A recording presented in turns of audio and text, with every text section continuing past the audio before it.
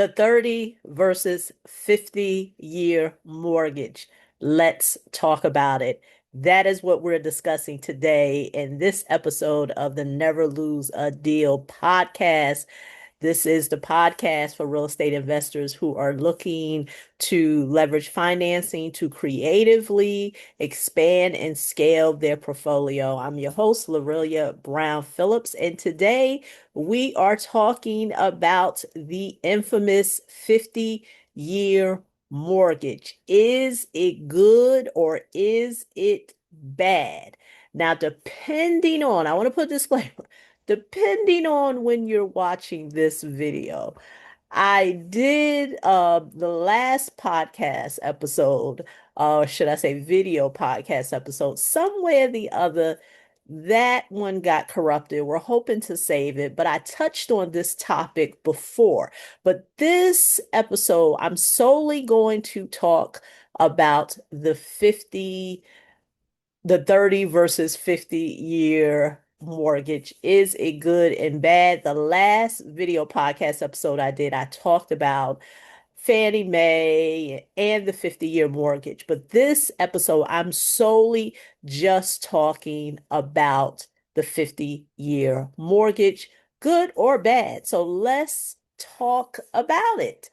So I recently, it's been a lot of talk online, the news, the different social media sites about the 50-year mortgage. And some people say it's good.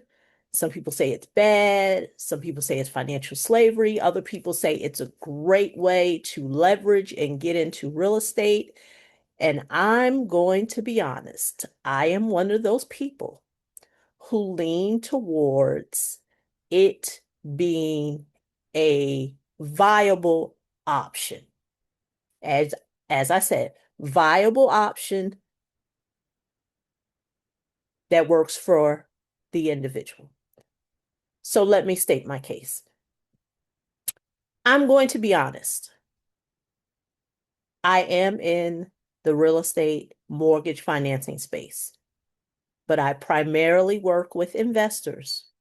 So I don't work in the space of the first-time home buyers, which is what the 50-year mortgage, if it is passed, because it's only been proposed, but if it passes and it goes through all the hoops it has to go through past Dodd-Frank and everything, and it does become a mortgage um, option for people, it is going to be for the first-time home buyer.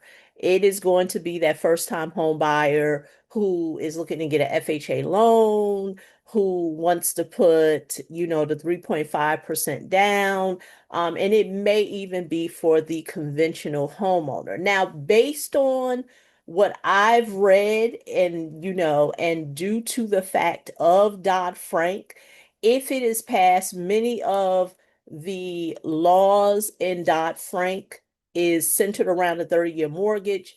There would have to be new things put in place to, I guess, talk more about and to protect homeowners for the whole 50-year mortgage. Because if you, just to share some history for those who don't know, Dodd-Frank was created after the housing crash in 2008 to give protection to homeowners who buy homes. So with that being said, based on what I have read, if the 50-year mortgages are created, it may start in the non-QM space. What is the non-QM space? Non non-qualified mortgages. And those are mortgages that allow homeowners to get a little more creative with how they want to purchase a home. A lot of times, those particular mortgages are more geared towards very high income people because there's flexibility in the way the mortgage is. Of course, all types of alerts come on. There may be different mechanics to the mortgage in terms of flexibility with down payment, interest rates. Of course, the underwrite, let me just say this, the underwriting is different for non-QM loans. The underwriting is not like FHA because they are not government mandated loans. These are loans that a primary homeowner can get, but they are not in the space of FHA or conventional. So with that being said, I am a little partial. Now, like I said, the 50-year mortgage will be a viable option. It may not be the option for you, but is a viable option. I'm going to state my case. Now I'm going to state my case. If you see me looking down, it's because I kind of want to stay on task because I do have a tendency to ramble. Um, right now in this space, there's a lot of talk where they're saying the Gen Zs, the Gen Alphas, betas, or what have you, will never be able to take part in home ownership. And a lot of people are like, well, just make the houses cheaper and just lower the interest rates. And I'm no economist, but things don't just work like that. So with that being said, um, all these alerts. With that being said, it don't just work like that. You can't just, and you know what, maybe, it's still gonna go off. Economics don't just work like that. You can't just lower homes, prices of homes unless there's a housing crash, which is what we saw before. So this is the option to allow people to buy. Now, when you really run the numbers, and for you chat GPT fanatics or people who just like to use chat GPT, run your numbers. Run your numbers for houses that are priced at the range of where you would want to buy and what the prices are and what the interest rates are, and have chat to create for you a comparison of a 30-year mortgage versus a 50-year mortgage, with the interest rate being the same, but of course the period of time would be different because you got 30 versus 50-year. Now, I'm going to say as a disclaimer, the reason why you want to have chat to do it is because many of the mortgage calculators online don't have 50 years in it. I mean, unless they've kind of changed overnight, but they don't have it. So to get, if you don't want to create these models yourself on some Excel spreadsheet, or look for one, and you're not a whiz kid, just have chat to do it. So when you have chat to do it, and I should have ran numbers, but I don't have the numbers here in front of me. You'll notice that there is a very slight difference in payment, maybe no more than about between 300 to maybe, I don't know, $500 difference between if you get a 30 versus a 50-year mortgage. Well, they're saying that with that savings, that will allow a person to still become a homeowner. Now, this is where I rest my case. I am a very big advocate of owning. And I know in this online space, you're going to have a group of individuals who say renting is the worst thing. I mean, buying is the worst thing that you can do. You should become a renter. And my thing is this, you do what's best for you. But I truly feel like no adult, if they knew better, because if you ask any adult, if they looked back and if they really understood the power of equity, would trade renting somewhere for 10 to 20 or 30 years versus just renting. No adult would want to rent first. I mean, rent for 20, like I said, 10, 20, 30 years versus owning a home if they knew the power of equity. And this is why I want to say that many of us, and and that, when I say many of us, I'm going to include me because there was a time when I did not understand how equity worked and how it can be leveraged and how it can be a wealth building tool. Many moons ago, not recently. This is many moons ago in my early 20s. And if I knew back then what I knew now, I would have made different choices. I wouldn't have had rented. I would have went right into home ownership, and I actually wanted to. I remember being that young first year, straight out of college, working at one of the top CPA firms in the world. That was Deloitte and Touche. At that time, it was in the 90s. And I was making over 40,000. And this was in the 90s, me being single, no kids, still living with my mother. And I wanted to pursue home ownership. And my mother was a big advocate of me doing it. She rallied behind me to do it. And I allowed, my mother was very disappointed, and I live with that. Um, I live with that regret every day because I let the people around me convince me that I should not buy and it is too soon and that I should rent. So I delayed so many years not buying immediately and renting.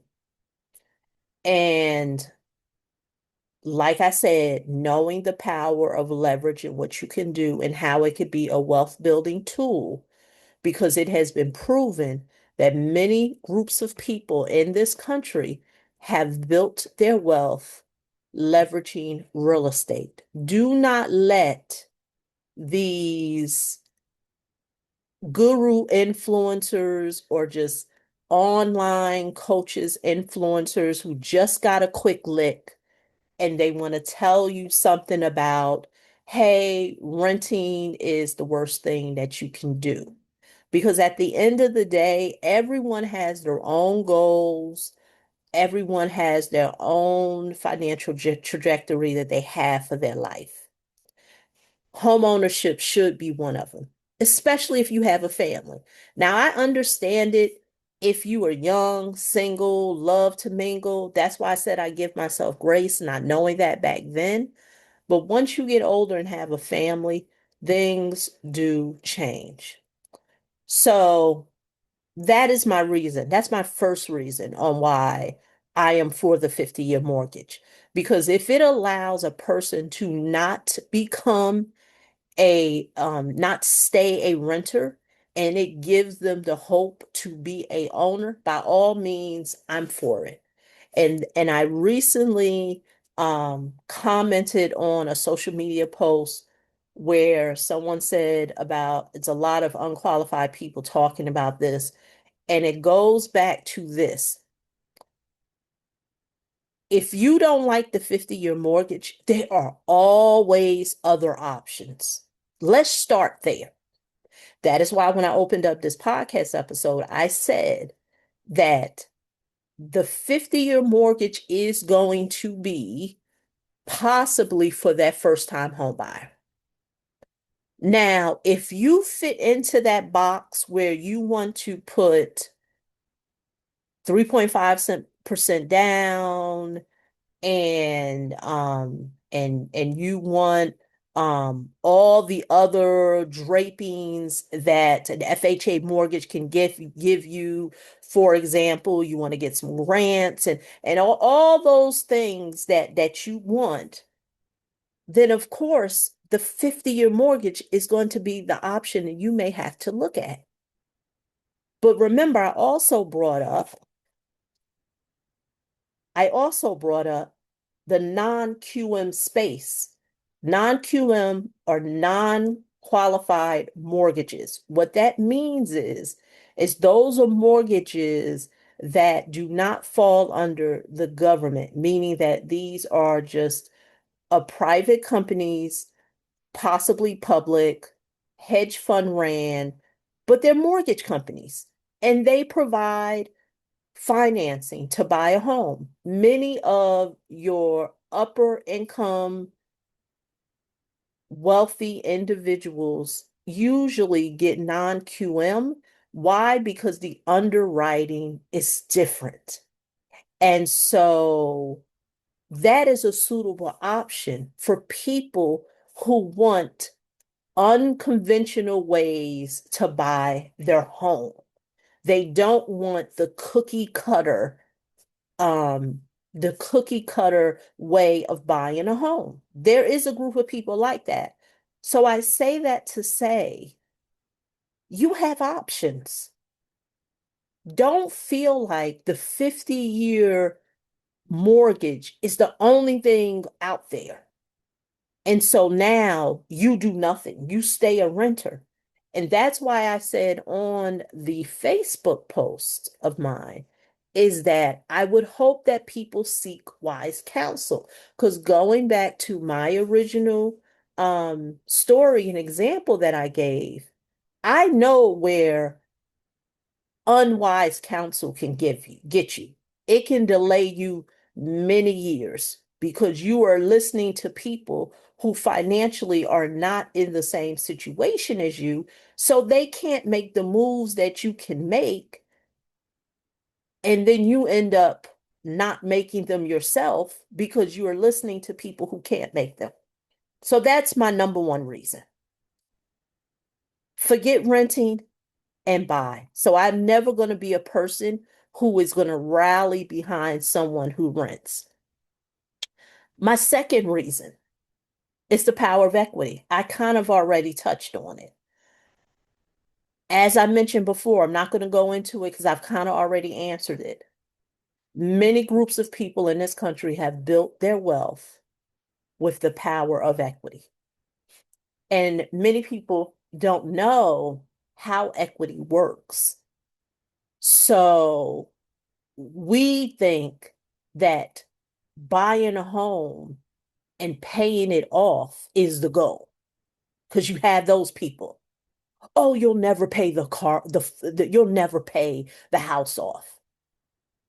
Who buys a home with the goal to pay it off? Like the percentage of people. Now, don't get me wrong. Are there people who've paid their home off? Yeah. I tell people all the time, I'm not team debt free. Like I am not that person who thinks debt is bad. It has its role. And I get it. Everyone can't really, most people don't understand it. Most people don't know how to leverage it. And so what happens is it ends up controlling you. So I understand the reason why there's people who are rallying behind the debt-free thing. But this is what I'm going to say. No one saves a whole bunch of money, especially in a market like this. You're going to zap out all your liquidity because you don't want to get a house with a mortgage?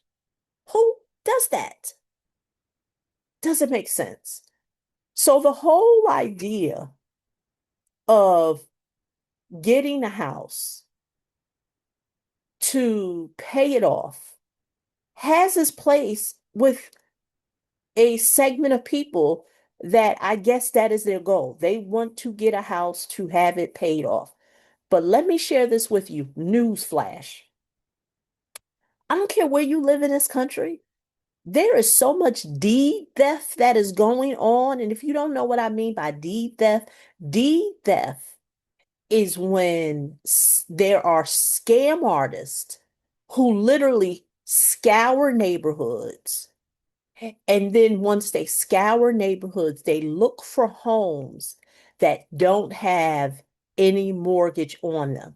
So that means the deed is free and clear because the person has paid off their mortgage and there's no liens against the home.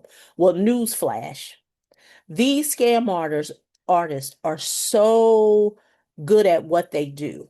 They end up putting a lien against your home and transfer ownership from you to them.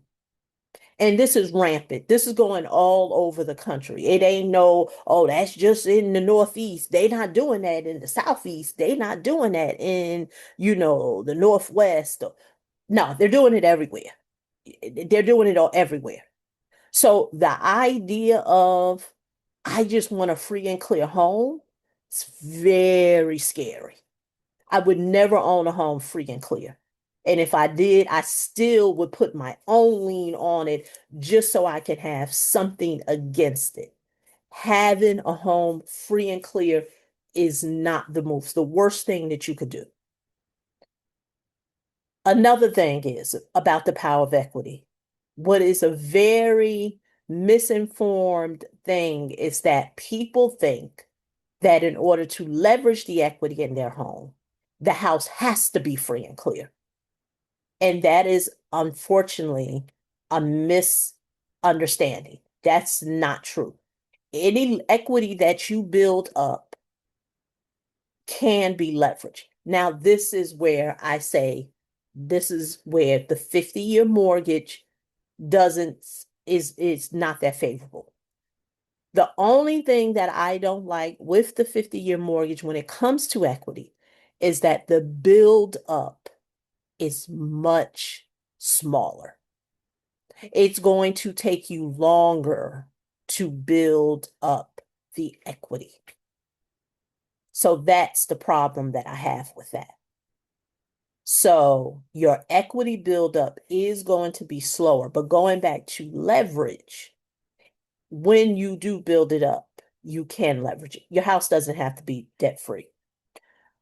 Um, the final thing is that, and I've kind of talked about it already, it's the whole idea of just wanting to be debt free. And that when I say being debt free is you're working towards a free and clear home. If you asked and if you took a sample pool of people who recently bought a home, you would find that it is a very low percentage of them where their goal was, whew, in 30 years, can't wait to pay this off. The reason why is because the way people bought homes 40 years ago, 50 years ago, 60 years ago is not how people buy homes now. Most young couples or new couples with a family, they start off with a starter home. So they usually buy a home that 9 times out of 10, if the family grows big enough, they're going to grow out of it. So the goal isn't we going to keep this forever.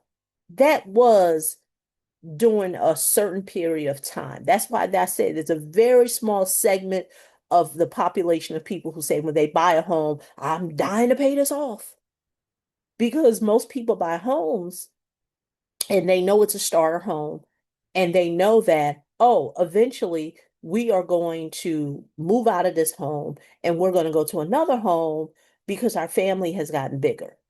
And let's not forget, if we end up in a low interest rate environment, people are going to leverage their home to take out home equity loans. So this whole notion of, and I understand with home equity loans, it doesn't have to, well, let me say this. I'll change that. Most people like to refinance. I'm just going to put that home equity because that's a whole nother conversation. But the refinance, if we're in a low interest rate environment, people are going to refinance. So what happens is that's going to reset that mortgage again. So that whole notion of being debt free, so those are my reasons. That is why I said the 50-year mortgage can be a viable option. And I've stated my case a reason why. Number one, I'm all for renting. I'm all for owning versus renting. Um, I would, if a person had asked me, I would always say run your numbers. Don't do it based on you hearing my voice or hearing someone else's voice. Really look at the numbers so you can see it on paper. And if you don't know how to run the numbers, like I said, let chat do it, or have a professional to do it for you. Um, and so I've staked that case. Um, well, let me just say, I'm pro ownership, not pro renters. Number two, I talked about the power of equity and leverage. You do not need a paid off home to leverage equity. But you do need some equity, and I did state that the 50-year mortgage, the equity buildup is going to be slower. But at the end of the day, you build up equity. You get no equity in renting. You can rent there for 10, 20, 30 years, and you be lucky if you walk away with a security deposit. Good luck. No equity. And then the whole idea of being debt free.